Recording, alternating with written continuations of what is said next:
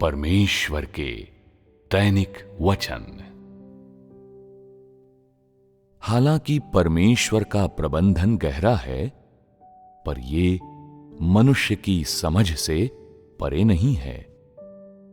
ऐसा इसलिए है क्योंकि परमेश्वर का संपूर्ण कार्य उसके प्रबंधन और मनुष्य के उद्धार के कार्य से जुड़ा हुआ है और मानव जाति के जीवन, रहन सहन और मंजिल से संबंध रखता है।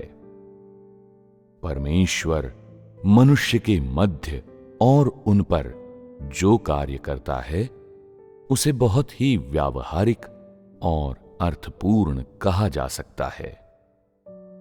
वो मनुष्य द्वारा देखा और अनुभव किया जा सकता है और वो अमूर्त बिल्कुल नहीं है। यदि मनुष्य परमेश्वर द्वारा किए जाने वाले समस्त कार्य को स्वीकार करने में अक्षम है, तो उसके कार्य का महत्व ही क्या है? और इस प्रकार का प्रबंधन मनुष्य को उद्धार की ओर कैसे ले जा सकता है? परमेश्वर का अनुसरण करने वाले बहुत सारे लोग केवल इस बात से मतलब रखते हैं कि आशीष कैसे प्राप्त किए जाएं या आपदा से कैसे बचा जाए। जैसे ही परमेश्वर के कार्य और प्रबंधन का उल्लेख किया जाता है, वे चुप हो जाते हैं और उनकी सारी रुचि समाप्त हो जाती है। उन्हें लगता है कि इस प्रकार के उबाऊ मुद्दों को समझने से उनके जीवन के विकास में मदद नहीं मिलेगी या कोई लाभ प्राप्त नहीं होगा। परिणाम स्वरूप, हालांकि उन्होंने परमेश्वर के प्रबंधन के बारे में सुना होता है, वे उस पर बहुत कम ध्यान देते हैं। उन्हें वो इतना मूल्यवान नहीं लगता कि उसे स्वीकारा जाए और उसे अपने जीवन का अंग तो वे बिल्कुल नहीं समझते। ऐसे लोगों का परमेश्वर का अनुसरण करने का केवल एक सरल उद्देश्य होता है और वो उद्देश्य है आशीष प्राप्त करना। ऐसे लोग ऐसी किसी भी दूसरी चीज पर ध्यान देने की परवाह नहीं कर सकते जो इस उद्देश्य से सीधे संबंध नहीं रखती।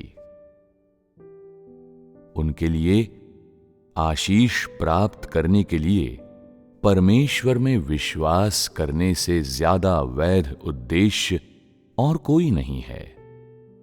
ये उनके विश्वास का असली मूल्य है। यदि कोई चीज इस उद्देश्य को प्राप्त करने में योगदान नहीं करती, तो वे उससे पूरी तरह से अप्रभावित रहते हैं। आज परमेश्वर में विश्वास करने वाले अधिकांश लोगों का यही हाल है। उनके उद्देश्य और इरादे न्यायोचित प्रतीत होते हैं, क्योंकि जब वे परमेश्वर में विश्वास करते हैं तो वे परमेश्वर के लिए स्वयं को खपाते भी हैं, परमेश्वर के प्रति समर्पित होते हैं और अपना कर्तव्य भी निभाते हैं। वे अपनी जवानी न्यौछावर कर देते हैं, परिवार और आजीविका त्याग देते हैं, यहां तक कि वर्षों तक अपने घर से दूर व्यस्त रहते हैं। अपने परम उद्देश्य के लिए वे अपनी रुचियां बदल डालते हैं, अपने जीवन का दृष्टिकोण बदल देते हैं, यहां तक कि अपनी खोज की दिशा तक बदल देते हैं, किंतु परमेश्वर पर अपने विश्वास के उद्देश्य को नहीं बदल सकते। वे अपने आदर्शों के प्रबंधन के लिए भागदौड़ करते हैं, चाहे मार्ग कितना भी दूर क्यों न हो, और मार्ग में कितनी भी कठिनाइयां और अवरोध क्यों न आएं, वे दृढ़ रहते हैं और मृत्यु से नहीं डरते। इस तरह से अपने आप को समर्पित रखने के लिए उन्हें कौन सी ताकत बाध्य करती है? क्या ये उनका विवेक है? क्या ये उनका महान और कुलीन चरित्र है? क्या ये बुराई से बिल्कुल अंत तक लड़ने का उनका दृढ़ संकल्प है? क्या ये बिना प्रतिफल की आकांक्षा के परमेश्वर की गवाही देने का उनका विश्वास है? क्या ये परमेश्वर की इच्छा प्राप्त करने के लिए सब कुछ त्याग देने की तत्परता के प्रति उनकी निष्ठा है? या ये अनावश्यक व्यक्तिगत मांगें हमेशा त्याग देने की उनकी भक्ति भावना है? ऐसे किसी भी व्यक्ति के लिए जिसने कभी परमेश्वर के प्रबंधन को नहीं समझा, फिर भी इतना कुछ देना एक चमत्कार ही है। फिलहाल आओ इसकी चर्चा न करें कि इन लोगों ने कितना कुछ दिया है, किंतु उनका व्यवहार हमारे विश्लेषण के बहुत योग्य है। उनके साथ इतनी निकटता से जुड़े उन लाभों के अतिरिक्त परमेश्वर को कभी नहीं समझने वाले लोगों द्वारा उसके लिए इतना कुछ दिए जाने का क्या कोई अन्य कारण हो सकता है? इसमें हमें पूर्व की एक अज्ञात समस्या का पता चलता है। मनुष्य का परमेश्वर के साथ संबंध केवल एक नग्न स्वार्थ है। ये आशीष देने वाले और लेने वाले के मध्य का संबंध है। स्पष्ट रूप से कहें तो ये कर्मचारी और नियोक्ता के मध्य के संबंध के समान है। कर्मचारी केवल नियोक्ता द्वारा दिए जाने वाले प्रतिफल प्राप्त करने के लिए कार्य करता है।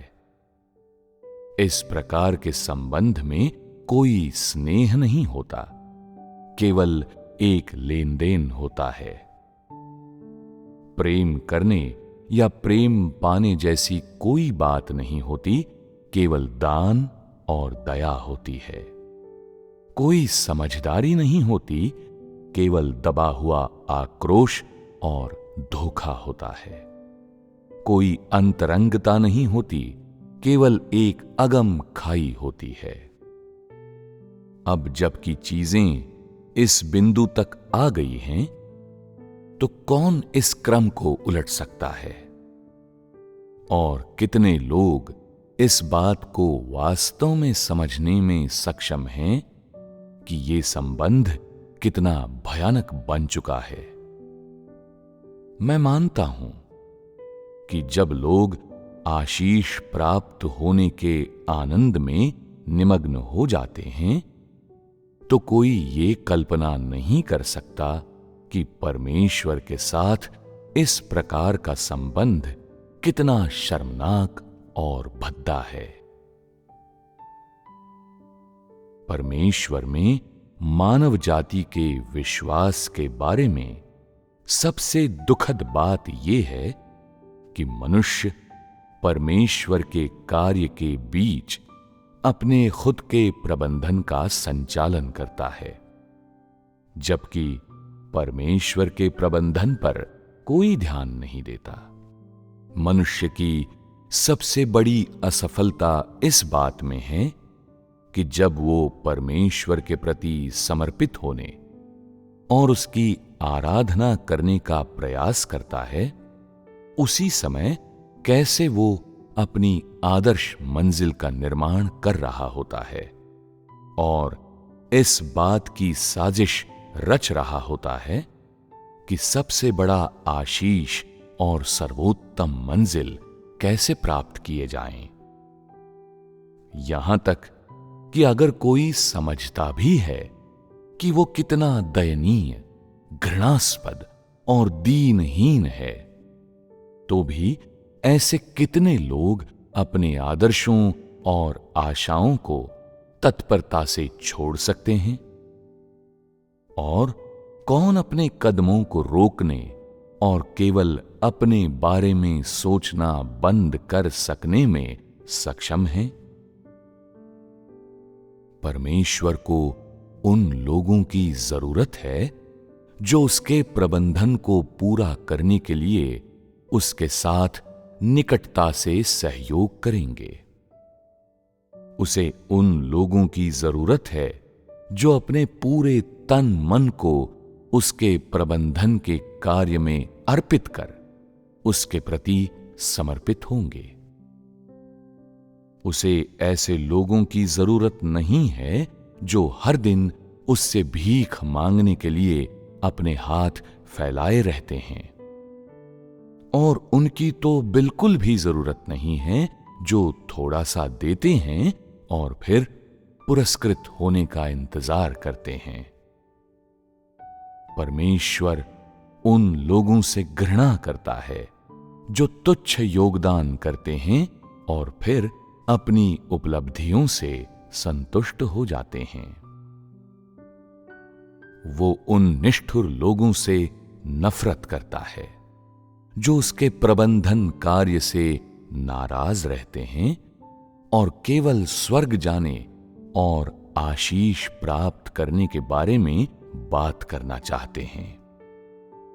वो उन लोगों से और भी अधिक घृणा करता है जो उसके द्वारा मानव जाति के बचाव के लिए किए जा रहे कार्य से प्राप्त अवसर का लाभ उठाते हैं।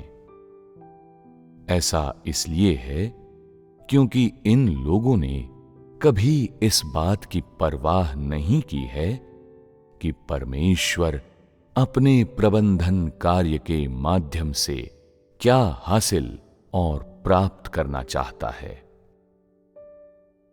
उनकी रुचि केवल इस बात में होती है कि किस प्रकार वे परमेश्वर के कार्य द्वारा प्रदान किए गए अवसर का उपयोग आशीष प्राप्त करने के लिए कर सकते हैं।